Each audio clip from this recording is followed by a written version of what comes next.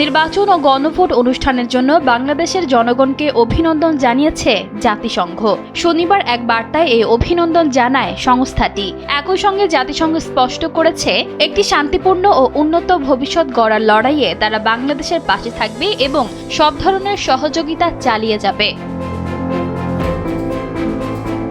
জাতিসংঘের মহাসচিব Antonio Guterres বাংলাদেশের সব রাজনৈতিক দল ও নেতাদের প্রতি একটি বিশেষ আহ্বান জানিয়েছেন। তিনি বলেছেন, দেশে যে পরিবর্তনের হাওয়া বইছে তা যেন বজায় থাকে। এছাড়া জাতীয় ঐক্য আরও মজবুত করা, গণতন্ত্রের চর্চা বাড়ানো এবং আইনের শাসন প্রতিষ্ঠা করার ওপর জোর দিয়েছেন তিনি।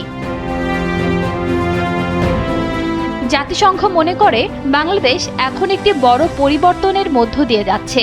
এই সময় দেশের টেকসই সংস্কার এবং সবাইকে নিয়ে এগিয়ে যাওয়ার যে প্রক্রিয়া চলছে তাতে রাজনৈতিক সদিচ্ছা ও পারস্পরিক সহযোগিতা খুব দরকার।